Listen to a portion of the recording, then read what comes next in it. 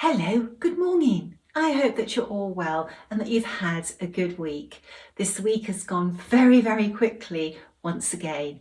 As you get older, your life seems to just fly past so quickly. We've had good weather finally arrive in Cornwall. It's a beautiful day today. We've got this glorious blue sky and the sea is like a mill pond. It's so calm and we can actually see the seabed from the windows of our house. That's how still the sea is. You can just feel summer's around the corner. Makes you feel so different, and it's really nice to be out of Woolies as well. We're going to take these boys out after this video for a good walk, just to enjoy fresh air and all the smells of all the flowers that are blooming on the coast path. The thrift is out and the gorse, and the smells are just so beautiful. We've also got bluebells and white bluebells and primroses, and we've got some orchids that are unique to this very small section of the coastline as well. And they're a beautiful purple. They look so lovely amongst all the yellow. This week, I managed to finish Celia Pudney. Now, this little sampler I started a long time ago, and I found it very difficult to find the time to finish the sampler. I've been doing so many other things at the moment, lots of research, so that's meant lots of rabbit holes to go down. But this is Celia Pudney. And it's beautiful. I love the black and the red. It's very sort of dramatic. I keep on seeing this piece finished with a drawn and hemmed edge, and maybe, utilised as a housewife. But I am going to frame her. It's so much easier for models to be framed. I might stitch her again to use as a housewife. Very pretty sampler with a lovely story behind, so that will be coming in due course. This week I went down the rabbit hole of making buttons, and quite a bit of my time in the evenings, rather than stitching, has been learning how to make all sorts of buttons. Very, very interesting.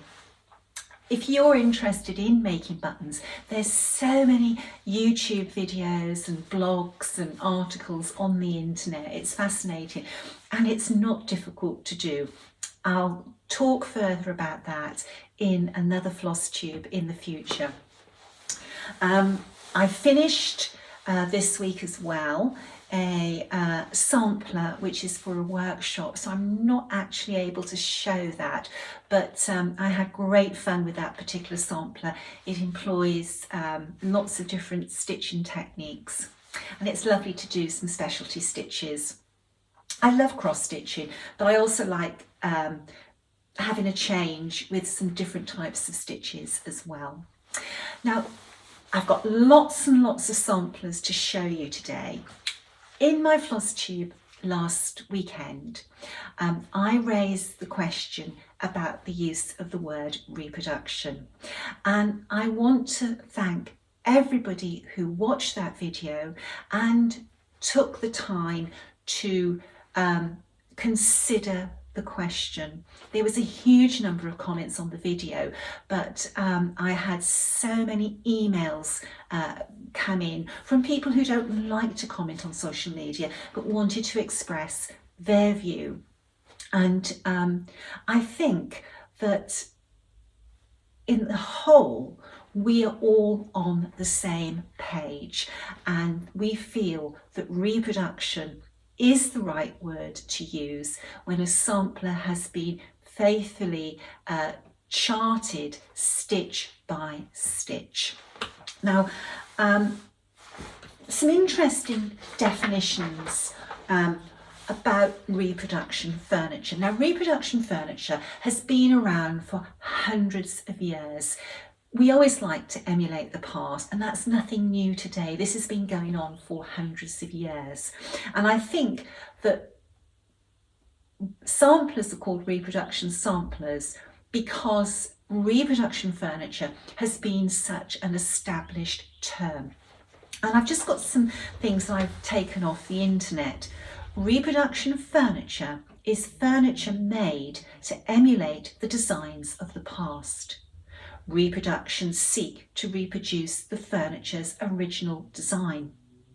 Reproduction furniture is modern furniture that has been made using traditional cabinet making techniques and in period styles that pay homage to the original.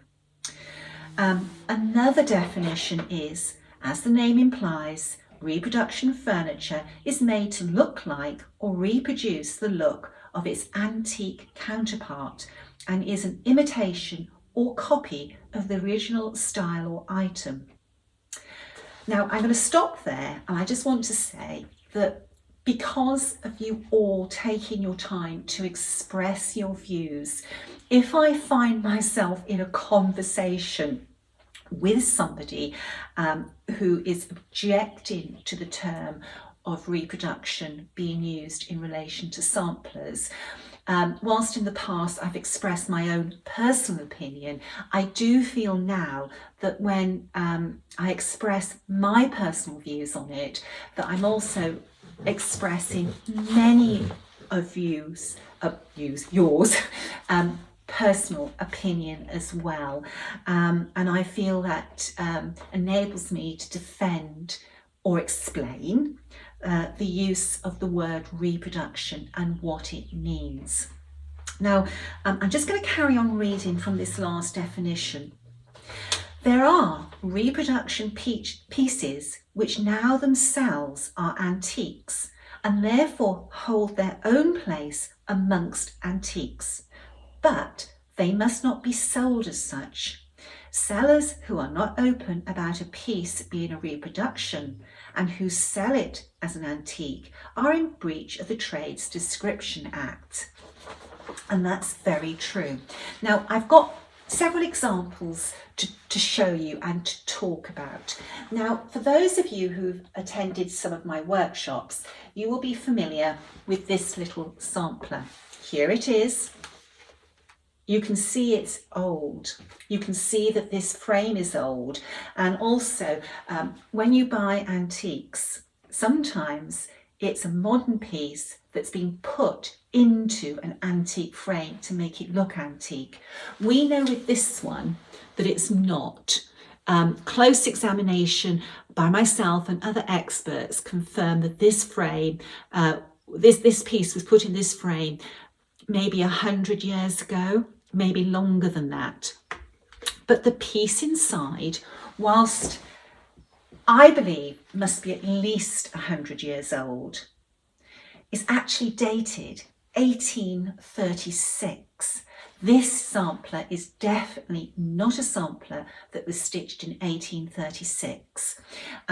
The type of fabric that it's stitched on and the way it's woven was not available in that period. And also the way in which it has been stitched is not the way a sampler from that period would have been stitched. But this is an antique sampler, but not the age given on it. And this is the problem that all our work is going to run into in 100 years' time. Our piece and the framing method will look antique, but not the age of the samplers, of the year shown in those samplers. And that's the problem that's being recreated by us when we don't put the true year on a piece that it has been stitched. Now, nobody should tell anybody else what to do. Everybody is free to stitch their samplers in the way they like and record whatever information they want on that sampler. But the other week when I was having an interview with Becky Scott, we raised the subject that in 100 years' time, 200 years, 300 years' time, the needlework of today and all of us stitching reproduction samplers from earlier times will in itself be a recognised genre of stitching, and there will be PhDs, theses written on the work that we're doing today in the future, and it will be a subject that will be studied, and no doubt there will be exhibitions of our work way into the future, and it will be studied. There will be reference books published. Well, there might not be printed books in a couple of hundred years' time, but there will be reference works published in whatever medium they use in the future. If our names are on there, those samplers, that will be our legacy. We will be remembered in time to come. So think about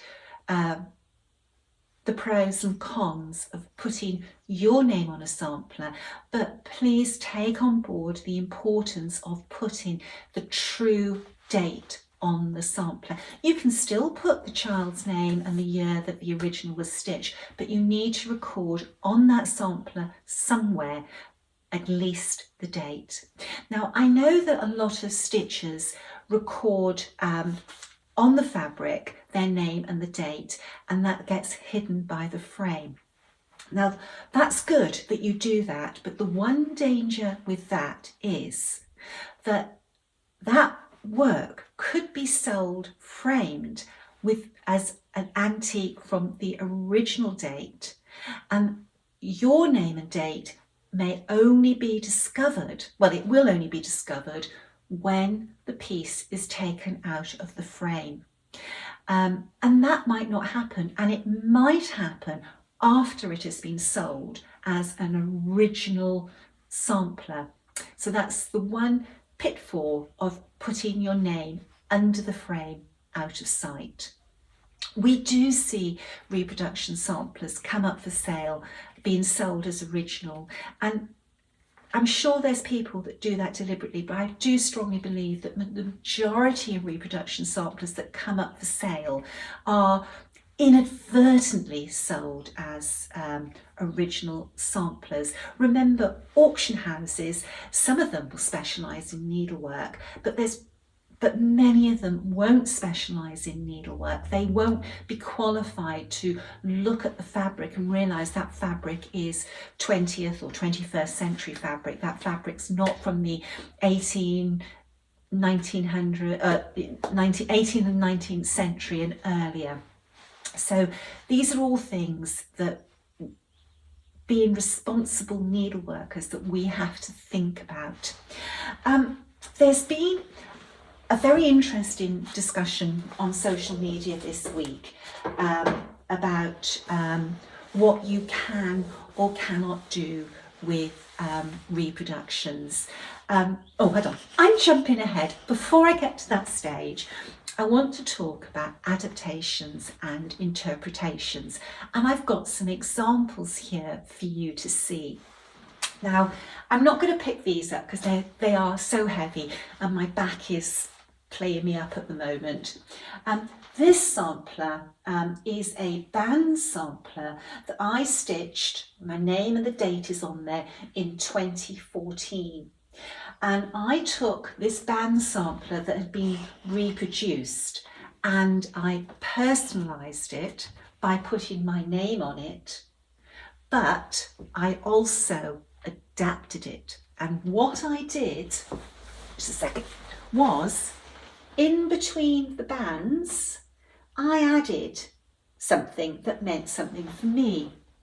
And the theme I took for this sampler was we are three sisters are we.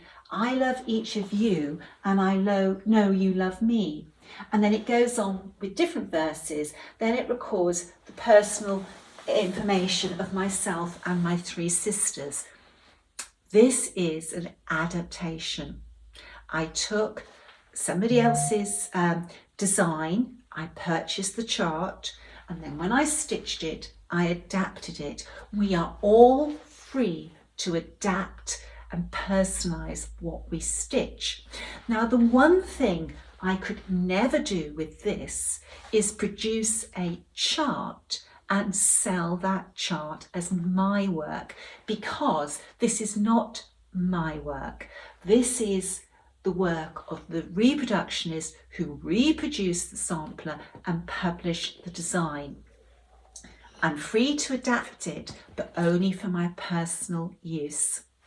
Now, this sampler is a sampler that I stitched for my husband, and this is an adaptation and a personalisation, but this has been done in a slightly different way. I took the border from one design that had been reproduced and sold as a chart. I changed the border in parts, and then this centre seam, elements of that centre seam were taken from another chart that a reproductionist had reproduced and sold the chart for. I adapted that inside panel, adding various different elements to it. I put 2 boxes in. That's poppy and blue, the boxes we had at the time I stitched it in 2013. I put a ship in the bay. I flipped the design around, because when I look out of my window, we see lots of these pines and the sea behind. I added other elements in. I took a poem and I modified that poem. I personalised it for myself and Ray. And then I added my own dedication. There's lots of elements in here that might not be noticeable to you, but the angel has a torch with a flame stitched in metallic thread. This sampler is for my husband. It hangs right by his chair in our TV room, our family room, and at night when we have the overhead light off and the side lamps on, the little flame of the torch glows, and it's our love. It's the eternal flame of our love. I put in hares because hares represent eternal love, and I put them boldly at the top, but also, and you have to look at this quite carefully, just here there is a very faded hair. It's a shadow of a hair, which symbolises that love, not only is it in the foreground of our marriage, but love is always there quietly in the background with everything that we do, our love for each other. So this sampler is my personal work, but it has been the main elements of this sampler have been taken from another design. I could never sell that as my own work. I could never chart that and sell that. I would be breaching copyright of both of the charts, even though it's heavily personalised. This sampler was stitched before I started Hands Across the Sea Samplers. If I had done this sampler, if I wanted to do a sampler for my husband now, I would sit down and design it completely from scratch, not using somebody else's designs. So there we are. That's an adaptation. Now here I have an original design, and this sampler was designed by me again as a gift for my husband. This is Where Flowers Bloom, So Does Hope. And this is entirely my work. You know, a red house. I haven't taken that red house from another chart. This is a red house that I have designed myself. Where flowers bloom, so does hope. That's a saying. It's a saying that I've always it's meant something to me. So that is an original design. This sampler is a design of my own, but with this sampler, I took inspiration from an existing sampler, and the inspiration I took was this border. Now this border hasn't been copied from a sampler I used to own, it has been inspired by. So this sampler is based on an inspiration, and this is because of you I bloom. You can tell that Ray and I love our garden and our flowers. So this is another sampler that's on Ray's sampler wall that I've stitched for him. Now this little sampler, we have not released this sampler on general sale. This sampler was charted by Lisa for Hands Across the Sea Samplers, and there are some needleworkers that have received the booklet but as a gift. This is something I have gifted people when they've attended workshops, and this is Honora, I love that name, Honora Maxwell, and she was a little girl of Irish heritage that lived in New York, and she was an appalling stitcher. Her stitching was all over the place, really was. The we produced two charts. If you were given the booklet, or if eventually we come to sell this booklet, there are two charts in that booklet. One is an authentic reproduction where every weird little anomaly has been recorded. So you've got stitches that might be one thread wide at the top and 3 threads wide at the bottom. Her stitching is all over the place. So what we did, or what Lisa did, was that she also charted this where the chart was tidied up. So you have one chart in the booklet that's an authentic reproduction, stitch by stitch, but then you also have another one which we have called an adaptation, where it's been corrected. So there are some examples of, different versions of reproduction, adaptation, interpretation. I've got two samplers out here to show you. Both of them are reproductions. This one is Jane Fawn. And when I reproduced Jane Fawn, it was in the early days of when I was reproducing samplers, and I didn't have the courage to take the original sampler out of the frame to study the back of the sampler. Now, I'm very confident that I guessed the stitches correctly from the front, but there are some stitches that you really do need to study from the back to know with certainty that you are stitching using the same technique.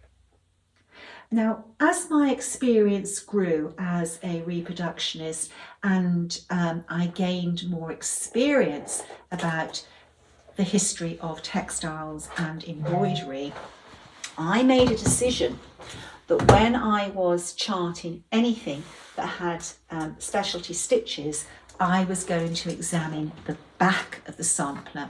So when I acquired Bathia, or Bathia, whichever way you like to pronounce the name, I took the original sampler out of the frame, and it broke my heart doing that, because when you buy something from Whitney Antiques, it's so highly conserved, and the sampler is sort of like hermetically sealed. If ever you open up a sampler that you've had from Whitney, it's very, very interesting how they do everything. So it broke my heart having to expose the back, but I really felt that I had to for Bathia, because she's such a special sampler. So when I reproduced Bathia,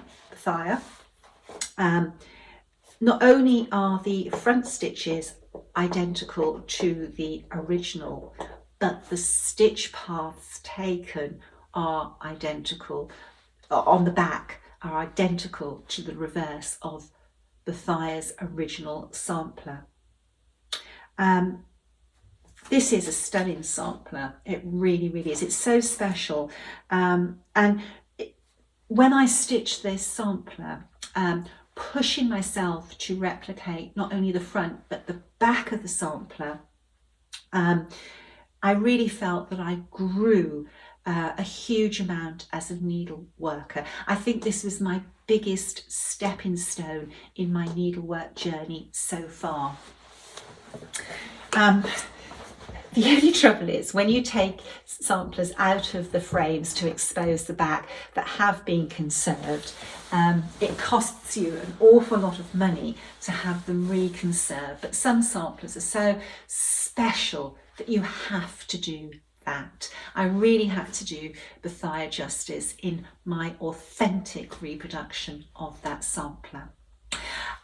Gosh, I am going on, but this is an important subject. Last week, I had a few emails about samplers that were stitched by mature women. Now, this sampler was not stitched by a mature woman, but it was stitched by a woman. Celia Margaret Ingram was not a child when she stitched this sampler. She was in her 20s. And there she is. That's another one that was stitched by a woman and not a child. Now, Celia was reproduced by me during COVID, so it's only available as a PDF. But there's an amazing backstory with this sampler. And this sampler, I think, was stitched at a difficult time for Celia. Her family had been publicly disgraced by her father's actions. She came from a family that was originally very wealthy, moved in high society circles, but her father did something wrong with finances and the family were ostracised by society. And she stitched this while the family was living in seclusion. Lovely sampler, very pretty sampler. Some really, really lovely elements in this sampler, and it's also very, very elegant. I wondered if she chose that lovely sort of muted lavender, grey lavender, because in Victorian Edwardian times that was also a mourning colour, and I wonder if the family were in mourning for the lifestyle that they had lost. Celia also had an interesting life, adult life as well. She never married, probably because of the social shame attached to her father's wrongdoing. You know, she wasn't going to marry a social equal.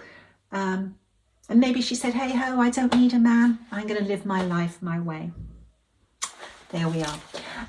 Okay, week ahead. New project. I finished Celia last night, so I need to find something to work on tonight. I don't want to start anything too big because when I go to the States a week Wednesday, I will be collecting some linen that has been specially ordered for a major project. This sampler that I'm going to be starting to stitch when I get back from the States is so, so special. It has excited me so much. It really, really has. I can't wait. So I need a little sampler just to tide me over this next week.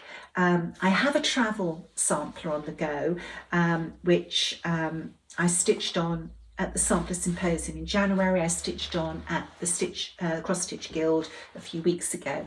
I hope to finish it on the whilst flying back and forth across the Atlantic to go to Cincinnati. Can't wait for that.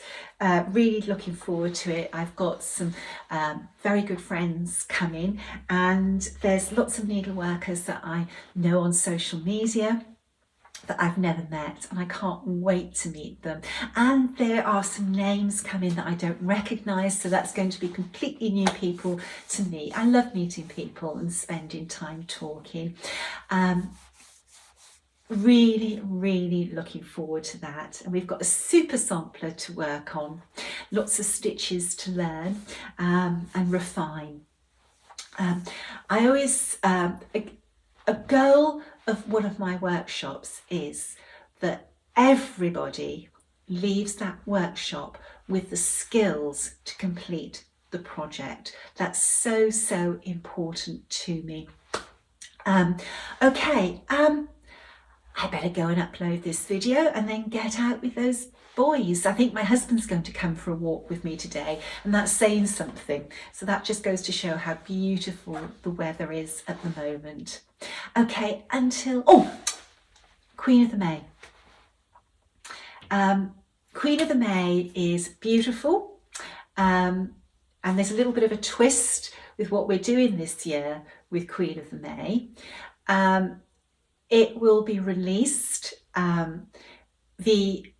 probably the Sunday, the first Sunday in May. But my problem is it clashes with my workshop in Cincinnati for the Queen City Sampler Guild.